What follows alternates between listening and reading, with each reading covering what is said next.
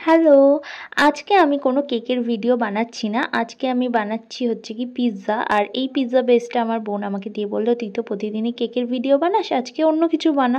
তো পিৎজাটা আমি যেহেতু ভালো বানাই তাই আজকে এটাই বানাবো। আমি প্রথমে নিয়ে নিয়েছি চিকেন, যেটা আমি একটু ফ্রাই করে নিয়েছি একটু নুন, গোলমরিচ, আদা রসুন বাটা দিয়ে। আর নিয়ে নিয়েছিলাম পেঁয়াজ, টমেটো আর ক্যাপসিকাম। বাড়িতে আমার যা ছিল আমি সে কটাই দিয়েছি, তোমরা চাইলে অন্য কিছুও দিতে পারো। পিৎজার জন্য সসটা আমি ইউজ করছি ওটা আমি বাড়িতেই বানিয়েছি।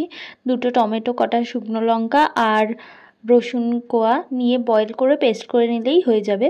এর সাথে আমি দিয়ে দিচ্ছি একটু মেয়োনিজ, তারপরে একটু সস, আর একটা আমার কাছে মেয়োনিজ ছিল সেটা হচ্ছে তন্দুরি মেয়োনিজ, সেটাও আমি একটু দিয়ে দিচ্ছি, ওটা বেশ টেস্ট লাগে।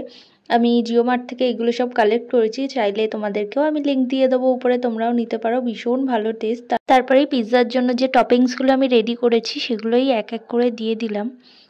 পিৎজা আমি বরাবরই বাড়িতেই বেশিরভাগ বানাই, আমার খেতেও ভীষণ ভালো লাগে, তাই জন্য আমি মেয়োনিজের অনেক রকম ফ্লেভার কালেক্ট করে রেখেছি।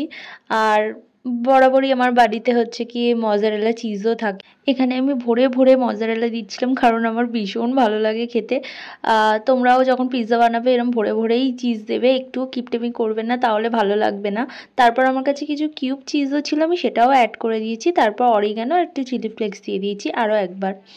এরপর আমি প্যানের মধ্যে একটুখানি বাটার দিয়ে দিয়েছি, দেওয়ার পর তারপরে এই পিৎজাটা দিয়ে আমি ঢাকনা দিয়ে দিলাম। খুব জোর 5 থেকে 10 মিনিট সময় লাগবে চিজটা গলা অবধি। তারপর আমি একটু অরিগানো, চিলি ফ্লেক্স অ্যাড করে দিলাম।